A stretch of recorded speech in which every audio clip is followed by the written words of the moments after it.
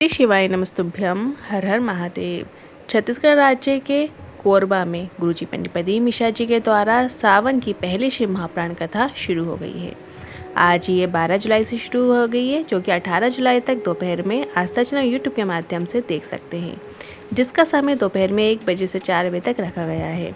आज पहले दिन सावन की शिव महापुराण कथा में गुरुजी ने सावन से जुड़ी रोचक जानकारियाँ दी हैं, साथ ही कुछ उपाय बताए हैं। जान लेते हैं वे उपाय कौन से हैं। पहला गुरुजी ने बताया है कि सावन में 3 दिन किया जाने वाला उपाय है, जो कि आपको रविवार से शुरू करना है। रविवार, सोमवार और मंगलवार 3 दिन ये उपाय करना है।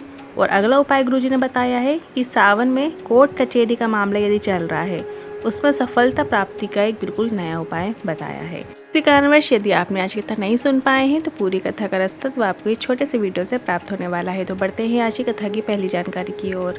ये कथा पहले पंडाल में होने वाली थी, पर अत्यधिक मात्रा में जलवृष्टि होने की वजह से पंडाल में कथा नहीं हो पाई और ये कथा कोरबा से ही ऑनलाइन हो रही है। कोरबा के ही किसी हॉल में गुरुजी द्वारा ये शिव महापुराण कथा की जा रही है, जिसमें 200 से 300 लोग ही शामिल हो पाए हैं। बढ़ते हैं आज की कथा की दूसरी जानकारी की ओर। कई लोग कहते हैं हम जब घर का जल लेकर जाते हैं तो हमें ऐसा लगता है घर का जल बच्चों ने या किसी कारण से कहीं से झूठा तो नहीं हो गया। तो इस पर गुरुजी ने कहा आपको जल चढ़ाने का उद्देश्य देखना है। अगर आपका मन निर्मल है, विश्वासपूर्ण है, श्रद्धापूर्ण है, फिर जल कैसा भी हो शिव उसे स्वीकार करते ही हैं। बढ़ते हैं आज की कथा की तीसरी जानकारी की ओर। माता पिता और परमात्मा पर आपका विश्वास पूरा होना चाहिए।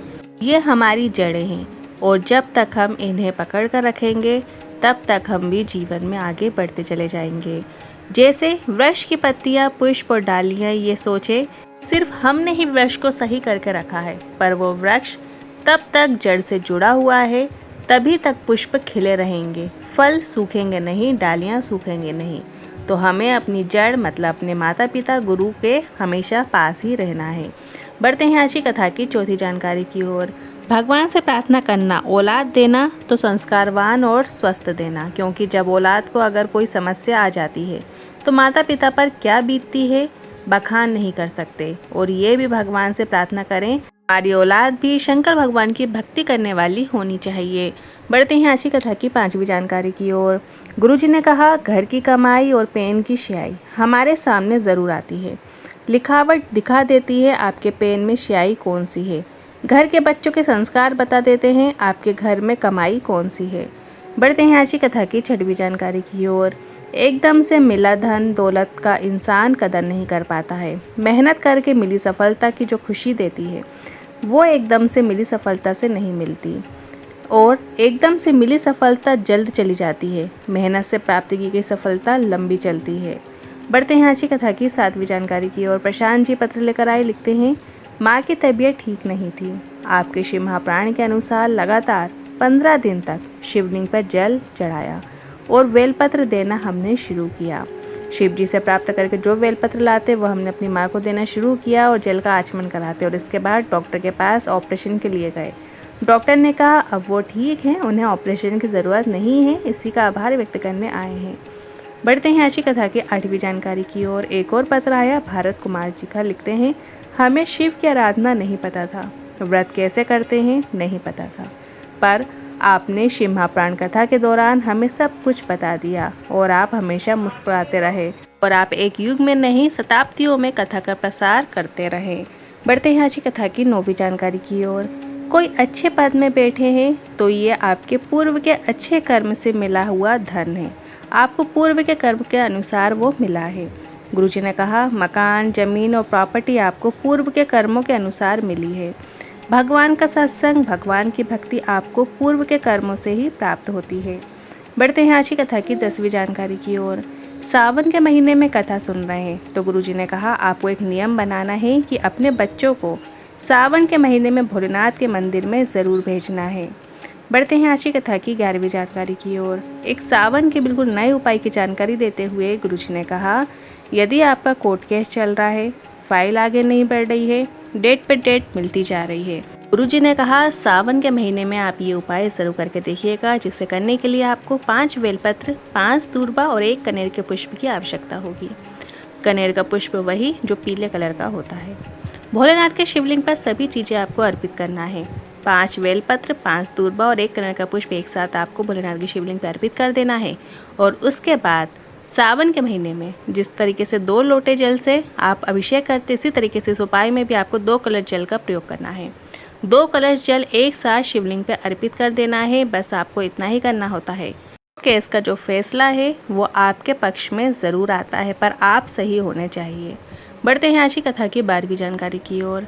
सावन के महीने के एक बिल्कुल नए उपाय की जानकारी देते हुए गुरुजी ने कहा, अगर आपका कोई पैसा लेकर चला गया है, बहाने बना रहा है या देने से मना कर दिया है, या आपका पैसा कहीं पर फंस गया है, तो आपको इस सावन के सोमवार के एक दिन पहले और एक दिन बाद 3 दिन तक आपको एक नए उपाय को करना है। आपका कोई ज़मीन या प्लॉट किसी ने कब्जा कर लिया हो, वो हट ही नहीं रहा हो, ज़मीन में आपका हिस्सा है पर सामने वाला देने से मना कर रहा हो, तो ऐसी स्थिति में भी आप ये उपाय कर सकते हैं। ये उपाय आपको रविवार, सोमवार और मंगलवार करना है।